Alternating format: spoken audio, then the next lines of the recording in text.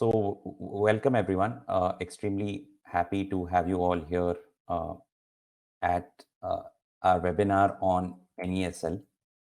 Uh, it's also an extreme pleasure to have a surprise guest in the webinar, probably one of the most crucial actors in this whole piece, Mr. Debajyoti Ray Chaudhary, MD and CEO and member of the board at NESL. He is a certified associate of the Indian Institute of Bankers and has 2 decades of experience working across various roles at the State Bank of India. And he was also a chief general manager at the Insolvency and Bankruptcy Board of India. It's an honor to have him with us, and I don't want to drag this introduction. I'll let Sir do the talking. Sir, over to you. Okay, thank you. Thank you for the entire team of Legality for having me here. And thank you for all the participants who have joined this webinar. I can see 30 attendees right now. I'm sure more will join as we go through this webinar. And good afternoon to everyone. Now, we've just come to a very, very bruising lockdown, in which life and various businesses were severely affected. But have you ever wondered as to what made the markets, the financial markets, the securities markets function in such a robust manner? You would be aware that even during this period of lockdown, a record number of demat accounts were opened, and the market, the securities market, seems to see only a way forward. The securities market undertakes transactions probably with the highest efficiency, speed, and security. Why? Because of 3 institutional developments, namely standardization, dematerialization, and online execution of contracts. These are key components of contract automation. It trades in demat contracts. Every trade is executed online. Preparation, preservation, and servicing of paper-based contracts are very costly. In addition to being susceptible to theft, forgery, and mutilation, but securities markets had addressed this concern by dematerialization of the contracts. A company issues demat shares, a depository holds demat shares, a stock exchange provides trading of demat shares, an investor deals in demat shares, and the government levies taxes on issue and trading of demat shares. This enables instantaneous transfer as well as consummation of contracts, while facilitating storage, retrieval, validation, and authentication of contracts. So is it possible to replicate the success which was achieved in the securities market as far as contract execution is concerned? And the answer is yes. Following the experience in the securities market, other business activities have been adopting dematerialization of agreements. Standardized negotiable warehouse receipts are now held and transferred in demat form. Standardized lease rental agreements are prepared, signed, and stored in electronic demat form. A policyholder holds demat insurance plan with one of the insurance repositories. The National Pension Scheme investments are made online and held in demat form. Academic certificates are stored in demat form in the repository. The state and the government has been facilitating such dematerialization of loan contracts. The market has been finding innovative use of dematerialization. For example, there's an increased preference to use standardized electronic wills in a dematerialized form. These help in storage, retrieval, validation, and authenticity of records. It also facilitates contract enforcement. The standardization, dematerialization, electronic execution of loan agreements can harness benefits which are similar to those achieved in securities markets. So what are these benefits? So one, saving on resources on negotiations to create a fresh agreement. Consumer protection, because all are aware and they can scrutinize their terms of agreement at leisure at home.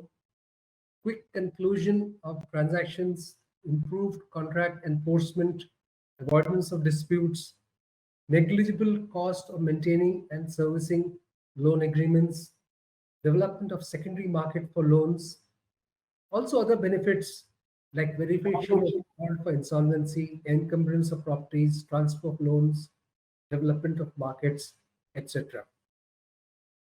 Now, till date, almost 1 lakh loan agreements have been executed through the DMAT platform on NESL platform, and more banks are coming onto this platform and executing these agreements.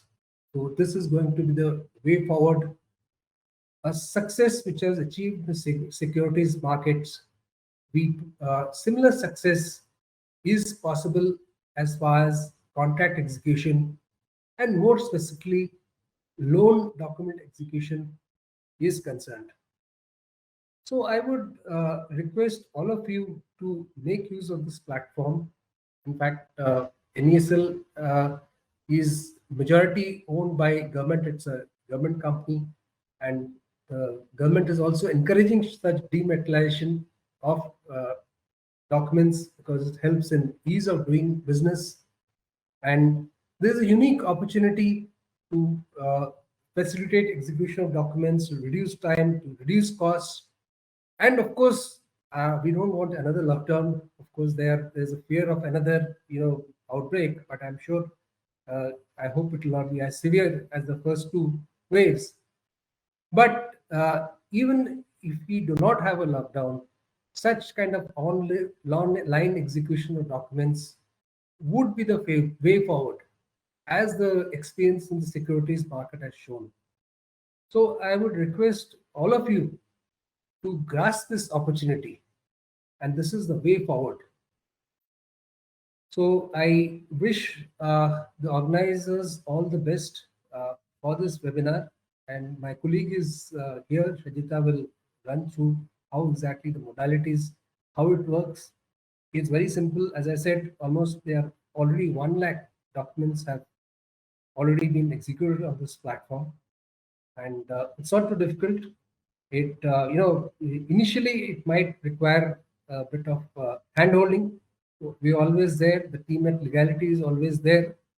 So let us take this forward, and because this is how contracting is going to happen in future. So I'll stop here now, and I'll hand it over to Legality, and I'll wish them all the best for this webinar. Thank you so much for the kind words, sir. We are also extremely excited with what the future has in store for NESL, and having worked with the NESL team over the past few months, we can see there are also, in addition to what's there now, big things planned for the future as well. So extremely excited for what the future holds. And thank you so much for attending as well. So before we begin the webinar, I'll start sharing my screen. But I just want to run everyone through the structure of how we're going to cover this webinar.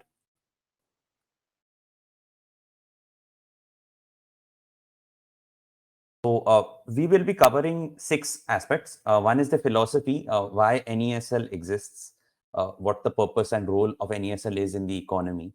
Second is a question a lot of you had asked us before the webinar, the legal framework, whether NESL is mandatory for you. The third one, which we feel actually is the most important, is regardless of the compliance angle, is what are the potential benefits of NESL's DDE platform for banks and NBFCs, and actually any other lending organization. And the most popular question we actually received, how does NESL's digital e-stamp service work? Fourth is implementation, how you can implement NESL in a fast and easy way. So from our end, we have a short presentation about the Legality NESL suite, something we've built, a joint partnership with NESL, where we've integrated NESL into Legality. And of course, Shajita will also take you through other ways of implementing NESL. Then we have a short demo video showing you the basic NESL flow through the legality dashboard. And last of all, an open Q&A where you can ask us anything about NESL, NESL DDE, or NESL IU services. But first, a small introduction for 2 minutes. So who are we? Because a lot of you are joining, don't know us as well. Like who are we giving you this presentation? So Legality is a digital is India's document infrastructure platform, providing you tools to digitize and automate each touch point in your document processes: agreement creation, logistics, e-signing, stamping, storage, security, and automation for your documents, all under one roof. Our primary aim is to help your organization achieve a state of zero paper across all verticals and use cases, a state of being that drives fantastic business results for your overall business. While our platform can be used for all kinds of documents, given that financial services has taken the lead in India in going digital, our core customer base is banks, NBFCs, microfinance, and insurance companies across all kinds of products: retail, corporate lending, application forms, etc. Naturally, that's also driven our product development and led us to developing specific tools that are suited to Indian BFSI. And naturally, that is also a natural fit that led us to actually, working with NESL on an extremely exciting development in the field of digital documentation and digitization generally. When it comes to IBC, we are also we like to think of ourselves as experts when it comes to the IBC. Something extremely relevant for this discussion on NESL and information utilities. We are the platform of choice for digital execution of NCLT monitored insolvency documentation, and have a strong backend team of lawyers with prior experience in dealing with insolvency cases. Lawyers, who have felt firsthand the acute need for something like NESL in India's debt enforcement scene. And so we are the hosts for your webinar today, joined by Nayan Banerjee, who was our Director of Strategy and Partnerships at Legality. He has previously worked at AZB and Partners in the Banking and Finance Division, dealing with some of India's largest bankruptcies. I myself am the Director of Marketing at Legality, and before this, I was litigating for 3 years in Karnataka, including before the NCLT Karnataka on several insolvency petitions. So first, coming to the philosophy, why we think, or at least this is, why we think what role NESL, critical role that NESL and information utilities play in the economy. So both debt and documentation are critical to enforcing a debt when a loan goes bad, right? Because debtors and creditors interact with each other via the medium of information, which is debt data like transaction status, repayment history, etc., and debt documentation, which formalizes and codifies this exchange of information and promises where debtors and creditors execute a contract consisting of an entire kit of loan documentation. But at the stage of enforcement, problems arise. The problem is that debt information has historically been decentralized. It differs from transaction to transaction. Different parties execute it in different ways. Different parties store information in different ways. As a result, in insolvency proceedings, the NCLT, the company law courts, have to adjudicate each and every case with different considerations. And beyond IBC as well, the courts like the DRT also need to do the same. So at a systemic level, what happens is there's an information bottleneck where the NCLT has to deal with various information and differing information and disparate information in each case. And this can delay insolvency proceedings. On average, a study by the an insolvency proceeding in India takes 459 days. This is more than 190 days, more than the stipulated time under the IBC. And we believe that the role of NESL and IU system can play a critical role in actually reducing this time. And this is where NESL comes in, right? So, power utilities centralize access and distribution of electricity. Water utilities centralize access and distribution of water. Similarly, information utilities like NESL, which is actually the only information utility in India right now, centralize access and distribution of information related to debt transactions. The centralizing, standardizing function can have powerful effects. The NCLT or any debt court for that matter no longer needs to adjudicate each case on its own merits of how the documentation or data is. It can simply rely on information provided by the neutral entity, NESL. And this can significantly simplify debt enforcement and make it much, much faster. And we know, the spillover effects of faster debt enforcement have massive spillover beneficial effects on the economy as a whole. But let's unpack this a bit more. What exactly is NESL structure, right? So at its core, under statute, it's the NESL information utility, which is a central repository for storage and updating of debt information. So you have debt documentation, debt repayment status, terms of debt. I mean, I can't cover all of this in one slide. There's a lot of data involved in debt, and NESL IU is one centralized repository for that. But there's a problem with just having a standalone IU, right? Because a central repository is only as good as the information that goes into it. If the information that goes into NESL IU is disparate from different sources, from different modes of execution, then it can dilute the true value of the neutral repository. That's why the folks at NESL have built an authentication layer in addition to a repository layer. And this authentication layer is known as NESL DDE, or NESL Digital Document Execution Platform. NESL DDE essentially standardizes the way documents and information are executed and authenticated before they go into the IU. And DDE consists of three primary, I mean, it consists of a lot of things, but three primary, main authentication services: Aadhaar eSign via CDAC, India's first, and we will be covering this in detail because I know a lot of you are here for that, India's first digital e-stamping system, and three, a common information parameter standard for authentication of information, so that information is not disparate when it's entering the IU or entering debt enforcement proceedings. But before we delve into the product, a lot of people had questions on the legal framework for NESL. Is NESL mandatory? As well as the operational benefits of NESL. So for that, I'll hand it over to Nayan to cover this part. Thank you so much, Aditya. So if we just look at the legal framework around NESL, we do have, firstly, the Insolvency and Bankruptcy Code, under which NESL has been set up as an information utility. There is a specific section or a specific requirement for submitting information and loan records to NESL under Section 215 of the IBC. And there are also specific directions which have been issued by the Reserve Bank of India, by the Ministry of Finance, and indeed by the Bankruptcy Court, the NCLT itself, informing scheduled banks, NBFCs, various kinds of financial institutions that they do have to submit information to NESL, right? So I think the general direction of legal developments in the country is that if you want to commence any sort of insolvency or bankruptcy proceedings against a company, then it is necessary that you should have a record of that loan, a record of that default on NESL in order to commence those proceedings. And the central government and the Reserve Bank are aligned in that this requirement needs to be implemented, right? And I think given the vast potential of having a central repository, the potential benefits, I think we can reasonably say that we can expect this requirement to widen in the future.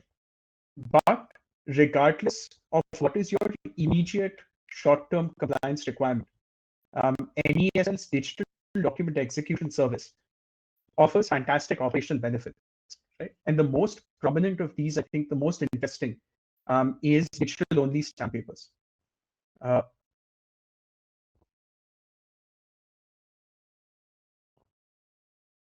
So you may have already heard the term e-stamping in India, right? And let's say if you are, say, based in Maharashtra or Delhi, Karnataka, Gujarat, you may already be aware that your team is actually organizing the stamp papers through an e-stamping mode.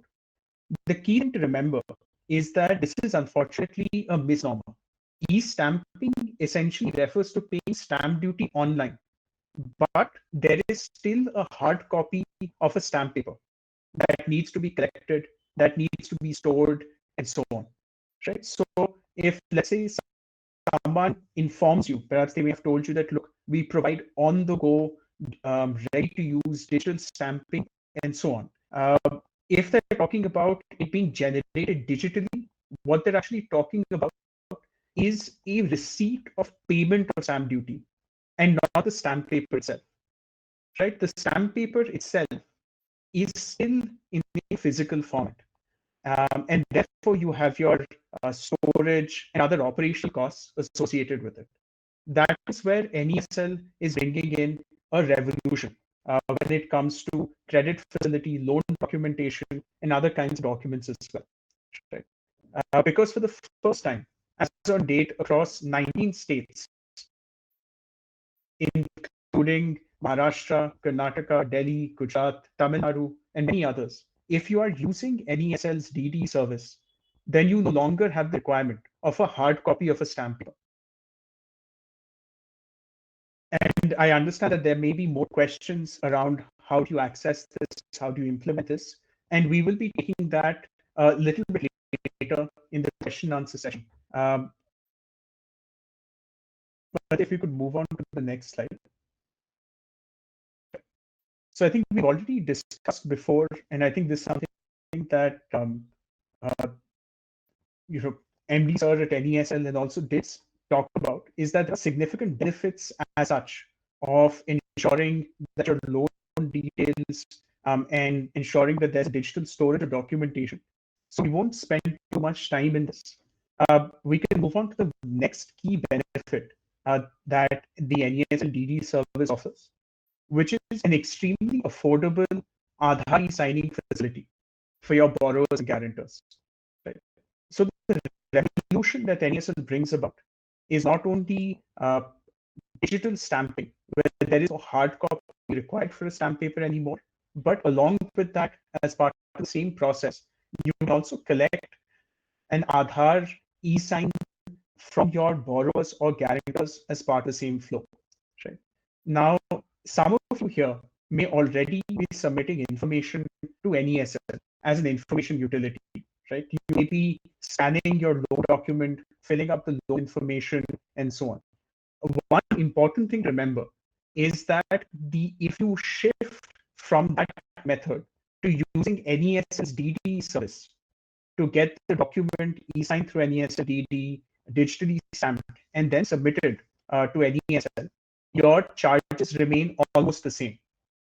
So if you are already submitting information to NESL and you are already paying certain charges, shifting to NESL DD does not have a significant cost overhead for you. Right? So that is one very key benefit to remember around using NESL's DD service. NESL's charges do differ depending upon the type of borrower, the type of loan, the tenure of the loan, and there are certain special pricings. Let's say if you are in the microfinance industry, for the immediate purpose of this presentation, we will not get into the full pricing structure because there will be a number of different conditions. But we're very happy after this presentation to stick around and answer any questions you may have around the pricing structure, around operationalizing the stamping feature, and so on. And now, just to give you an idea of how the service will be working and how you can access it, I'll just hand the mic over to Aditya. Right. Thanks so much, Nayan. And I know a lot of you will be having more questions on the operational benefits because this is something we've not seen before, right? I think for years, the industry has been wanting a digital e-stamp service, and the physical flows really clog up operations across the board. And even so NESL's digital e-stamp is a very welcome change in the market, and we'll definitely be answering a lot more questions in detail towards the end of the webinar. Now we want to come to implementation of NESL. How can you implement NESL DD in a fast and easy way? How can you get the benefits of NESL's digital e-stamping service for your bank and NBFC? For that, before we go on to that, I want to introduce Ms. Shajita Lobo, HOD of Business at NESL. Thank you for joining, Shajita ma'am, and just wanted to know if, before we move on, if you have anything to add both with regard to NESL digital e-stamp or NESL DD, or even implementation. What do banks and NBFCs need to do next if they are interested in availing the benefits of NESL? Yeah, thank you, Aditya. First of all, it's a proud thing to know that you have started this service and you are helping the NBFC and the banking fraternity to adopt to this DD platform. So it's a biggest transformative process where you are one main skeletal structure, I would say, for getting this in place for these institutions to take it forward in whatever manner it is, whether it's a small bank or it is a bigger bank. So your feet on that will obviously help them to move to the next level of this DDE operations. Plus, if you see, there has been people who or the you everybody would have seen those banks or those institutions where they have not adopted technology, where they stand today. They are nowhere. No customers go to those institutions for any service. Today, all users want anything that is required. They want mobile friendly, they want email friendly. So, with that kind of technology moving forward, such a what do I say? It's an initiative could transform this entire way of operations. Even the last of the bank which has come in the industry could stand towards the top five and compete with them in this thing, because that is where the customers would prefer this particular model. So I wish all the best to our legality, and I think they are in the right way and the right process. They are helping the banks and NBFCs. So over to you, Aditya. Thank you so much for the kind words, ma'am. But wouldn't have been possible without the extreme cooperation and support provided by the NESL team to get DDE rolling, to build a great digital e-stamp service, to build a great DDE service. And, we just step in at the implementation stage, but would like to thank NESL for that. Yeah, it is not only from just that you are helping one or, for the self-use purpose, but you are helping this entire industry as a whole. So from that perspective, you have understood the subject very well, and you know from behind what is the user requirements, and you are able to help them in their own timelines. So that is the best thing that I have seen, or a good quality I have seen in legality. Definitely, you have lots to achieve, and I'm sure things will fall in place. And now we are with 19 state governments have given permission. We look forward for 2 more important state governments to go live very soon. Kerala is anytime round the corner.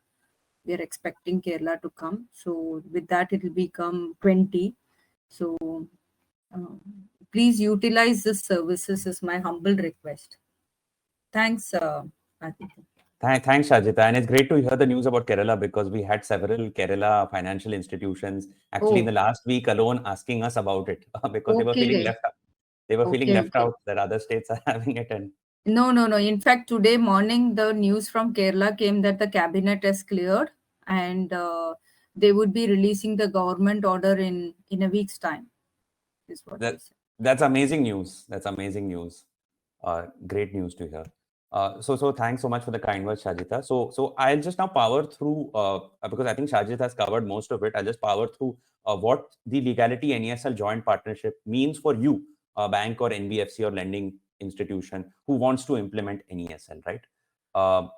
So the main value add is that you just need to plug in once, right? Because NESL DD is a complex service because it provides a lot of value across the entire documentation chain, right? So what we've done is we have consolidated all the APIs into a single integration, right? So you can perform a single integration and interact and integrate with the legality and interact with the legality NESL suite across all verticals and departments in your organization.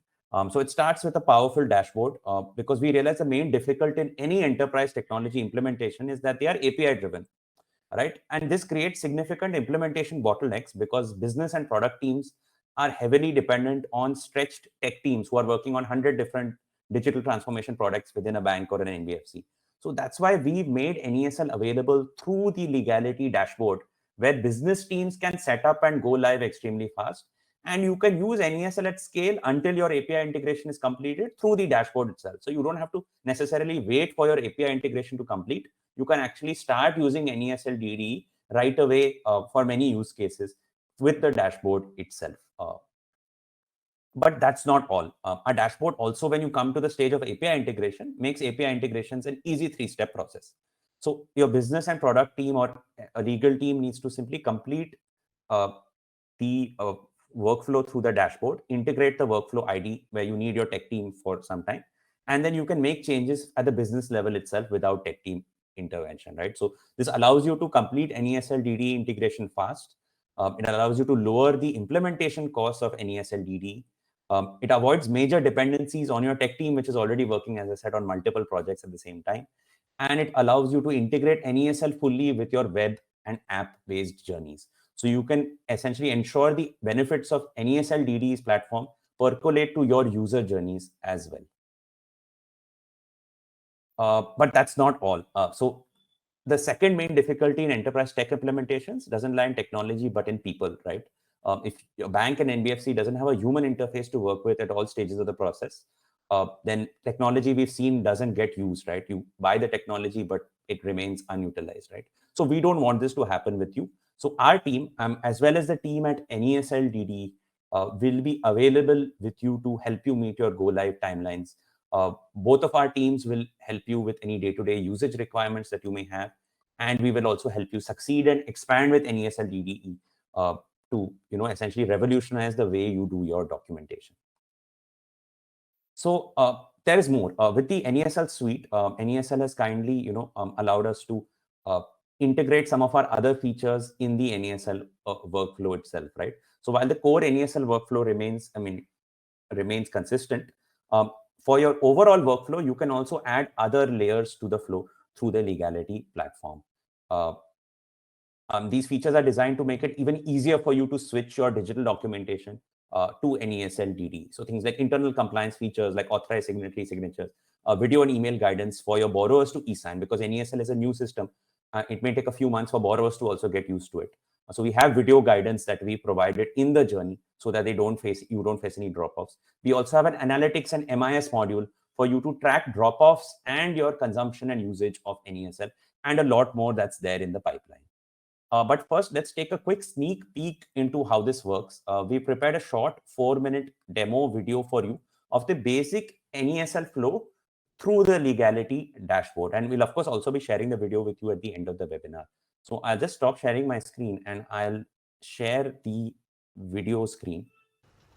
In this video, we will show you a basic vanilla walkthrough of NESL eSign through the Legality dashboard.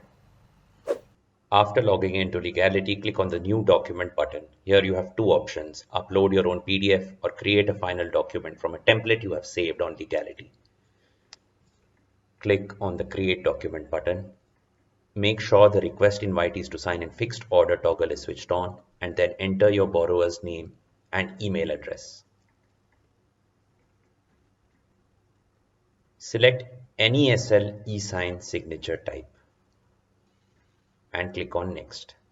NESL requires you to provide several borrower details. You can do this automatically by uploading an Excel CSV file straight from your LOS LMS system, or manually by filling in the details yourself. Check all the relevant details and make any corrections if necessary. Once done, click on Next. You will now get a preview of the loan document. When you're ready to send it out, simply click Send. You can track the status of your loan document from this page. You can refresh the status to check if the document has been sent to the invitee or whether or not they have signed the document. Once the document has been sent to the borrower, they will receive two emails, one from NESL with the signing link and one from Legality with video guidance on how to e-sign with NESL. In the email sent by NESL, the borrower just needs to click on the signing link. They will then be redirected to the NESL portal. To begin e-signing, the borrower will need to enter an OTP sent to the registered phone number. It can take up to 20 to 30 seconds to receive the OTP.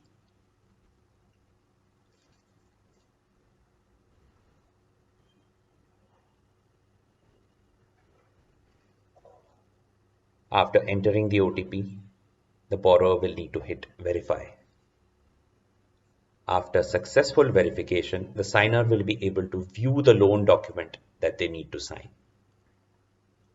After they have viewed the document, the I agree button will become active. In the next stage, the borrower will see the e-stamp details. To perform a successful e-stamping, they simply need to click on next. They can now view the entire document along with e-stamp. After they have read the document, they can click close.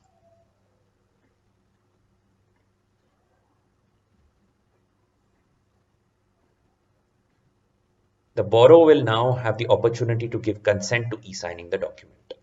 After giving consent, they are redirected to CDAC's eSign portal. On the CDAC eSign portal, the signer needs to enter their Aadhaar or virtual Aadhaar number and request for an OTP. The OTP will be sent to the phone number linked to the Aadhaar of the borrower. After entering the OTP, the borrower will need to check the consent box and click submit. After a few seconds of processing time, the document has now been successfully e-signed via NESL's e-sign service.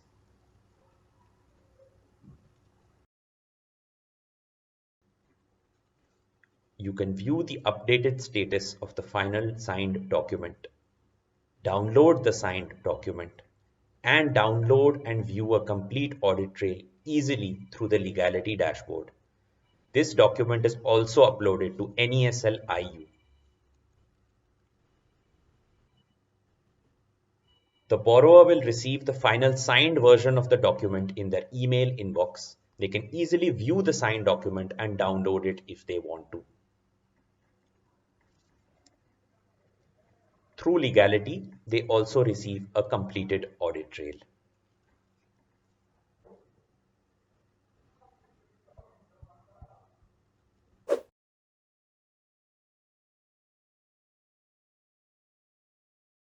If you are interested in exploring NESL DDE for your bank or NBFC, or actually there's a miss here, any lending organization, you will receive an NESL checklist, technical checklist for implementation in your inbox 2 hours after this webinar ends, or within 2 hours after this webinar ends.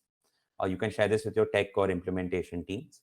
If you're interested in proceeding ahead, you can drop us an email at enquiry@legality.com or visit www.legality.com/NESL to explore how to implement and integrate NESL. And most importantly, go live with NESL DDE and NESL Digital eStamp in the fastest possible way. Now we'll open the floor for questions. So, hi Shajita. So Shajita, first question actually is, what are the various ways? So while we've talked about how to do it through legality, what if the bank or NBFC wants to contact NESL directly? Like how should they go about it? What's the best way to implement NESL right now? So when banks approach us, we guide them through the DDE process, and we tell them to go through their own set of in-house technology service providers who are already there, or they can choose from the list what we share with them. So we have quite a few, but in that legality name is one we've always shared. So that's how it will be referred to them. And they can go, banks can now start speaking to the company and start integrating. Right. So Shajita, we have some few hands raised, so I'm going to give them speaking access. Please. So when I give you speaking access, if you can just introduce yourself and your organization, that would be great. So Manish, first is Manish Goyal. I've just given you mic access. I think you will have to allow it on your browser. I was asking that we are currently taking our documentation through e-sign model, biometric e-sign, completely 100%. So we want to introduce only the stamp paper. We are not able to e-stamp. We are not able to introduce. So only that part is possible or we have to go whole process with you? So Manish, can you tell me you are from which organization? Ma'am, Paisa Load Digital Limited. We are a registered RBI NBFC category B.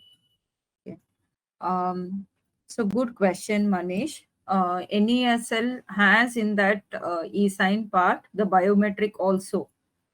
Okay, now biometric is permitted by RBI to you. It is the same process, seamless process. You can go ahead and do it. So that I think you just don't need to do anything. Even legality does not need to do anything. But from your side, you will have to ensure that legality tests the biometric devices for that particular banks or that particular this company, NBFC company. Legality will ensure that options are working fine. Okay, thank you so much, ma'am. Yeah. Right. Right, Manish. Yes, exactly. So it won't be a problem. We just need to do testing beforehand, but integrating the biometric flow through NESL e-sign through NESL DDE service won't be an issue at all. So the next question is from Mohit. Mohit, I'm just giving you mic access. If you can just introduce yourself and the organization which you are from, and then you can ask your question.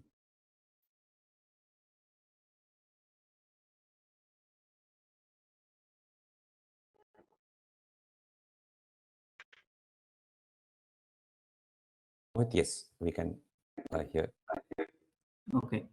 So first I have one question regarding that this e-sign process, how it will work for non-individual customer. Just we check that the borrower can sign through other OTP. For this, that this is for the individual customer. How it will work for non-individual customer? So Mohit, if you could just let us know your organization as well, if possible, and second. From Poonawalla FinCorp Limited organization. Okay.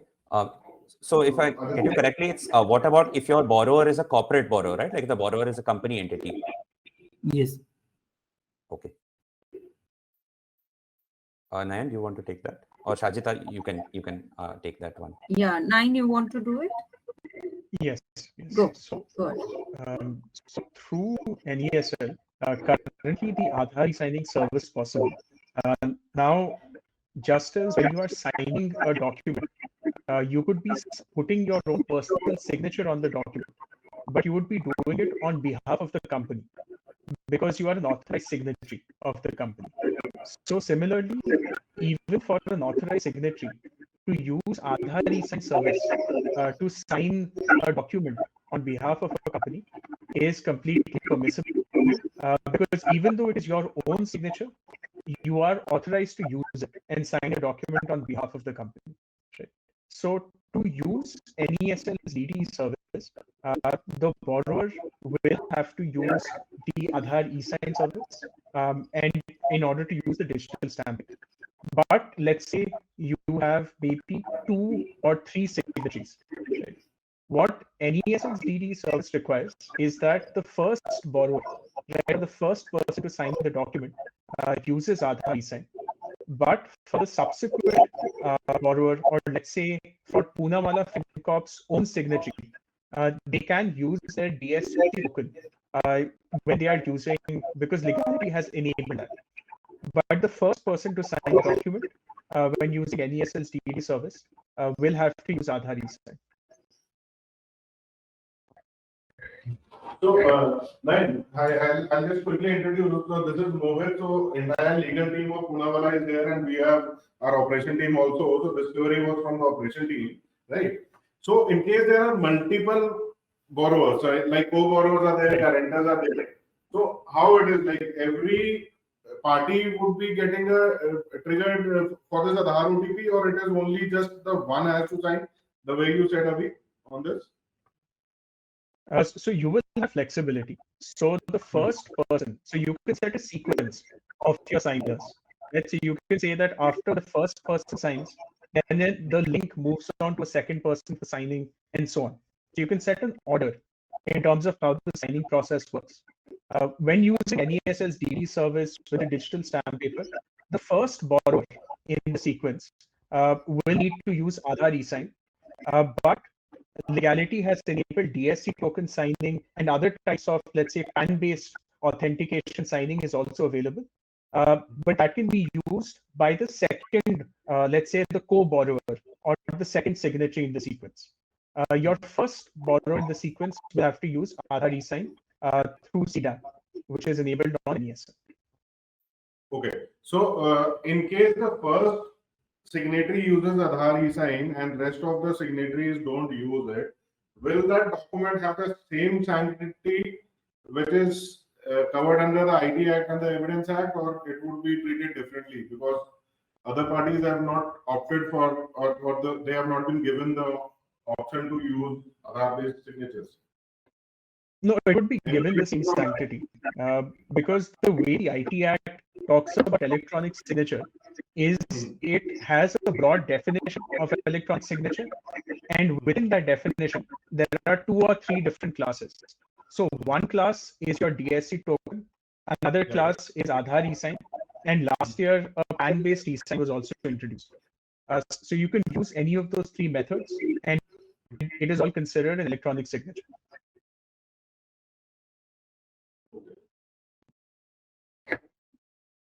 I have a question to add on to that. The IT Act creates an exception for certain kind of documents to which the IT Act is not Yes, applicable. Say, for instance, a will. Am I audible to you, Aditya and Nayan?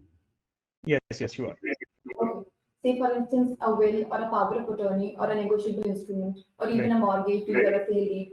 So how do we use legality to cover this gap? Because the IT Act does not apply to it, and the whole concept of electronic execution flows from the idea that they are recognized as electronic records under IT Act. So if IT Act is not applying to these set of documents, how are we doing the digital execution, and what would be the legal sanctity around it? So that's a very good question. Unfortunately, as the IT Act excludes, I think there are 5 types of documents, which, as you pointed out, does exclude a mortgage. It does exclude power of attorney. Unfortunately, those documents would need a physical signature. So you would have to have a separate physical process for getting those documents signed. But all other documents can be completely end-to-end digital. So just to also add, yeah, Shajita, you can go ahead. Yeah. So initially, to start with, I request the institution to map your products, which are your non-registrable instruments, okay, which do not cover the mortgage piece. Start mapping those and push those products into your legality DD platform. Once those are done, by the time we expect certain amendments to happen in the IT Act, if you ask me, we have already last 2 years we've been following with MIT and the CCA for certain amendments that we have proposed to bring it under the first schedule of IT Act. So, which is what those 5 things which you told, madam. One is that the negotiable instrument, like demand promissory note. You have power of attorney. You have this mortgage piece, which is your conveyance on the movable property. So I think 2 of it is going to get exempted. So we are looking forward for it. So it will take about 6-7 months time. So till such time, you can be rest assured that mortgage piece, anything to do with registrable thing, will always come and flow through your physical means. Okay, only the non-registrable instruments like your personal loan, your term loan, your hypothecation, all those things can come through your digital document execution, and you can start using it. Thank you. Thanks for the input, ma'am, here. So just from an organization perspective, if we aim at moving at the digital end-to-end process, so even if I go to the customer to get one document signed physically, is an equal amount of labor which I am putting in. So then operationally, I think all other banks, NBFCs who are attending this, they would be having same view that if it is partial, then digital journey doesn't make a sense for me unless all my documents get executed through that. So you can do that study of mapping and see which are those products are not able to fit into that criteria. You can see, except these 5 instruments, rest all will be coming into your normal piece of work. And that is where the banks have taken a call. All the major banks who are using it have started using it. We have 2 NBFCs also who have started utilizing it. So please feel free, and any case of query or something, you can write to Nayan and team, and then they can get back to us for any queries. Sure, ma'am. Mohit, we've also worked with several NBFCs and banks who also have that had the same question as you, where some products involve immovable property collateral, right? Yeah. So the immovable property collateral. So what we found, and we will be happy to take this offline as well, is that even for those processes, they are able to at least cut out a few steps out of the process, because they can digitize at least even 80 to 90% of the documents, even in the immovable property product. Apart from the document actually transferring interest, they have been able to digitize at least other documents to even at least, while there's still a physical flow involved for those products, they've been able to significantly still reduce turnaround time. So happy to connect offline after this, or we can go through a customized demo to discuss how we can accommodate those products where immovable property collateral or power of attorney is involved, or even negotiable instruments for that matter. Definitely. Thanks, Aditya. And I'll definitely patch in my business team also with this, because we are in the process of a digital home loan journey or a mortgage loan journey, where at one point of time we are getting stuck up with this proposition which I gave you, that if one document, then why not all the documents? So definitely, I'll connect with you offline on this. Thanks. Right. Okay, thanks. We are done with this. Thanks. Right. Thanks so much, team at Poonawalla FinCorp. We just have one more question actually related to this, asked by Manish in the chat, of can we sign the promissory note through this? So Manish, the promissory note comes under the negotiable instrument. So what we just discussed in terms of, you may want to, for those products where you use ProNote, there are workarounds we can do. In some companies are also dispensed with the ProNote, because the agreement itself is a valid form of guaranteeing payment, right? Any agreement you execute through NESL DDE platform would be enforceable without the ProNote as well. But happy to discuss with you and your legal team as well, because ultimately it's up to the organization and your legal assessment, and we can tell you what the product then is capable of. So Shajita, we've received some questions on email of some people who could not make it to the webinar because they said we'll look at the recording, but they still wanted us to put certain questions to you. So the first question is actually, in which sectors can NESL DDE be used? So in your experience, is it seeing adoption in some sectors mainly right now? And if so, is it only those sectors, or can it be used for other sectors which are still not using it right now? So for example, we've been focusing all this while for financial creditor segment, which involves anything to loan, anything to do with loan documentation, where there is a creditor and a debtor. Okay, from that relationship point of view, all those documentation was taken care. Now, under that financial creditor segment, the use cases you saw is like, locker agreement, safe locker agreement. You would have, some services that you would want to give it to the current account holders, that agreement, savings account forms that you want to fill it. So indemnity bond, you would be taking it for some service, some customers, some, email related indemnity bond, you would be taking it. I don't know. So these are all use cases that are available from the point of view of financial creditor. We have one more stream called operational creditor. Okay, so the operational creditor arm, where you can engage with exporters, importers for customs bond related. Second, you have general affidavits. Then you have general agreements like your non-disclosure agreement, your SLA agreements. All these things, your customers could go through this channel and take help of this thing. Suppose, for example, currently the companies who have joined today in this forum is more to do with banks and NBFCs, but there is a generic sector also who's around it. There are skill sectors, then there are sectors like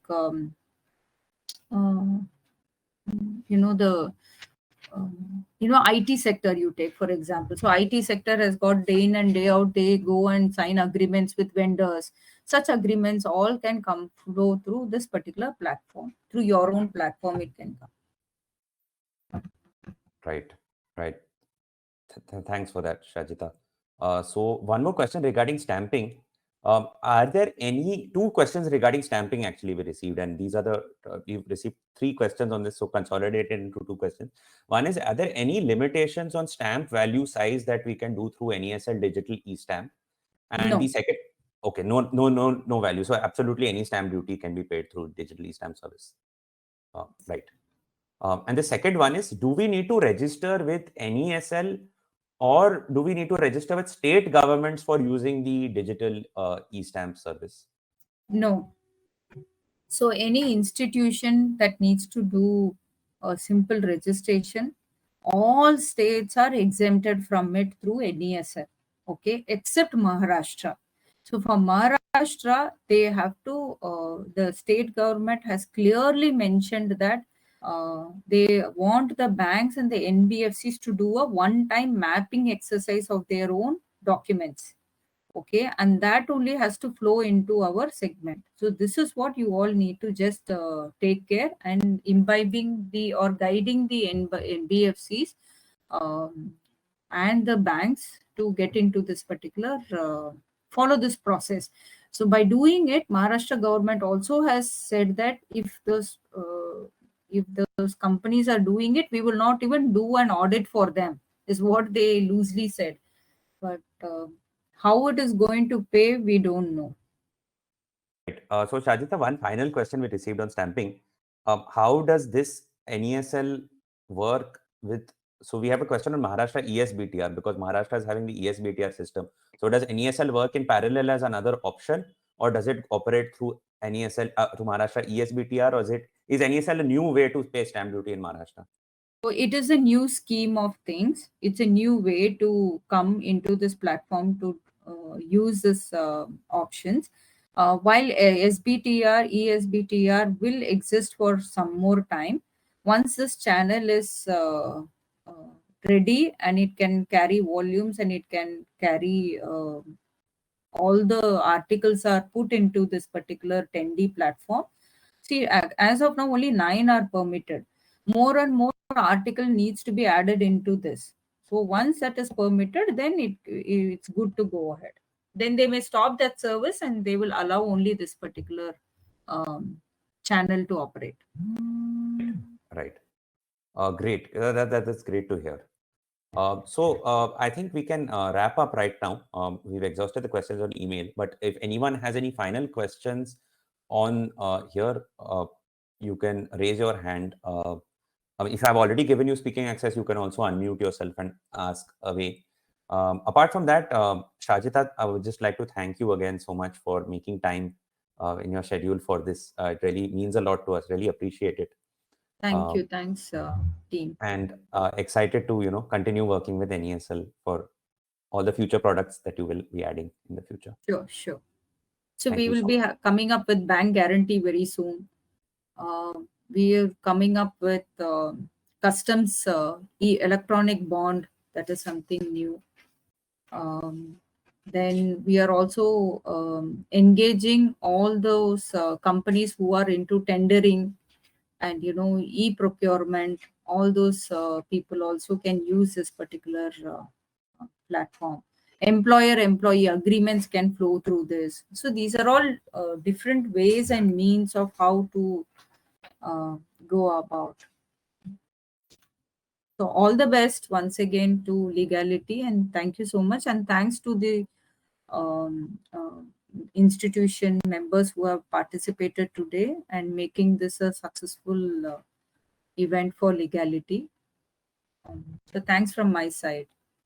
Thanks so much, Shajita.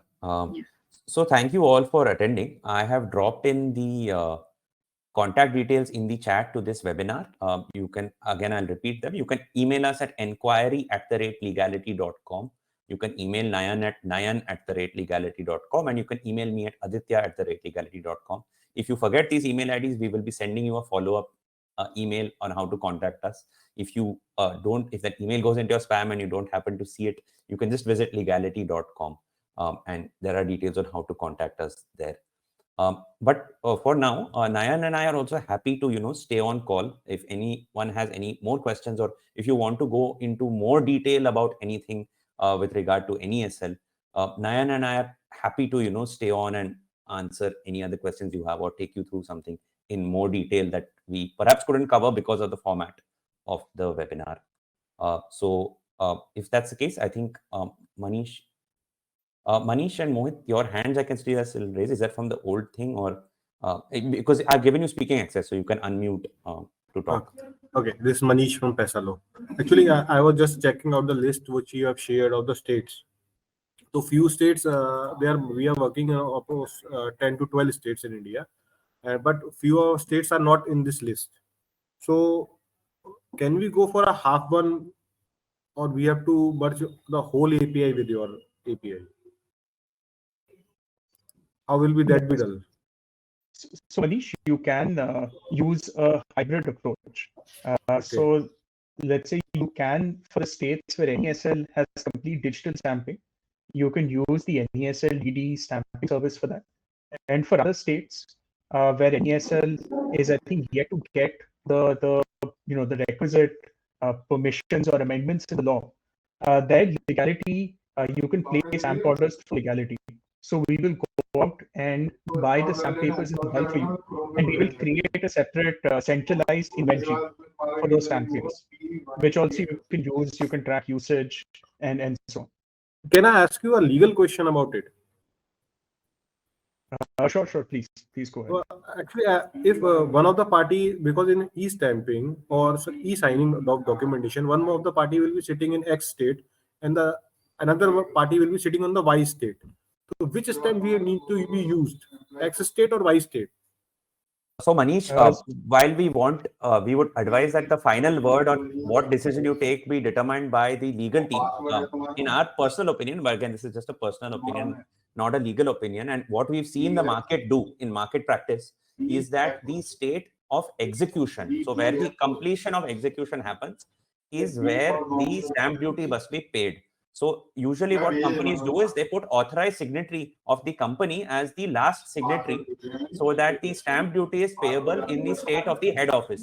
So ultimately it's where the final execution is completed, where companies are usually paying stamp duty. But again, I would also advise that you run it by the legal team as well. Because as per my understanding, we can use any of the party stamp who we will be signing in whichever state you are sitting. Because in any agreement, when you go for a digital model, you don't know where the party will be sitting at the time of signing exactly.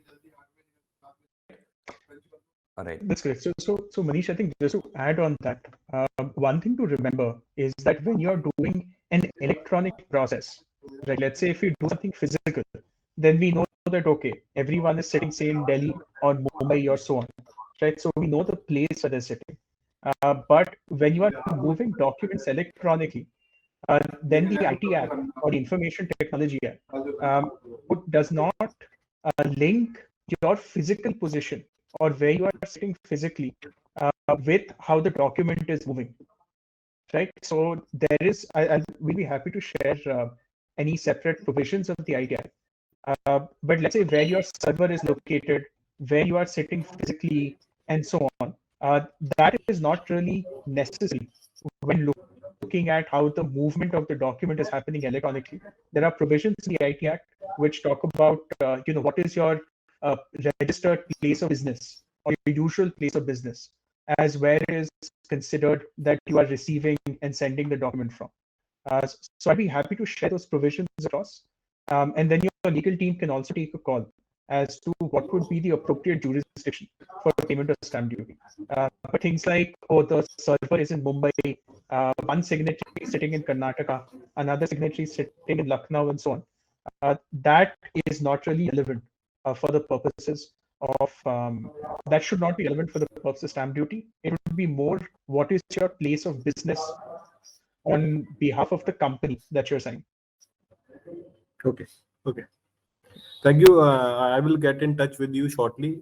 If you can, we'll be happy to give us the demo on our premises, so we can decide and go for a future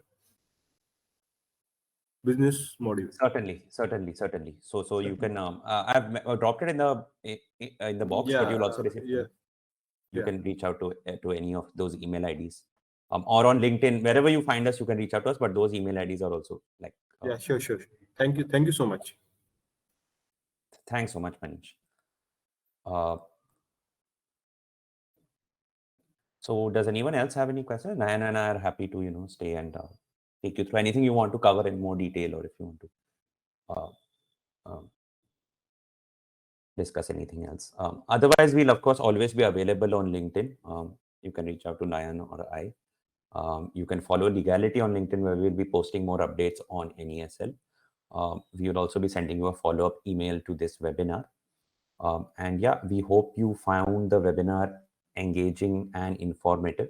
If there's anything we couldn't answer in this webinar, or any question you think is unanswered, again, feel free to reach out to us on the 3 email IDs that I've dropped in the Q&A box, or in the email ID you'll be receiving in the follow-up email. Anayan, anything else you want to add before we wrap up? No, nothing to add there. Just thank you to all the participants, and thank you so much, of course, to the managing director and the head of business for the DD service at NESL for taking their time out to join us. And I think this is only the start of what this digital stamping and NESL will, I think, be providing for Indian businesses. And we would be glad to be part of your journey as you ensure that your operations around loan processing, other types of documents are simplified. Thanks for that, Nayan, and thank you also for co-hosting this webinar with me. All right, everyone, thanks so much. I'm hoping to do a few more webinars on NESL very, very soon, and also webinars on wider digital documentation. Thank you so much.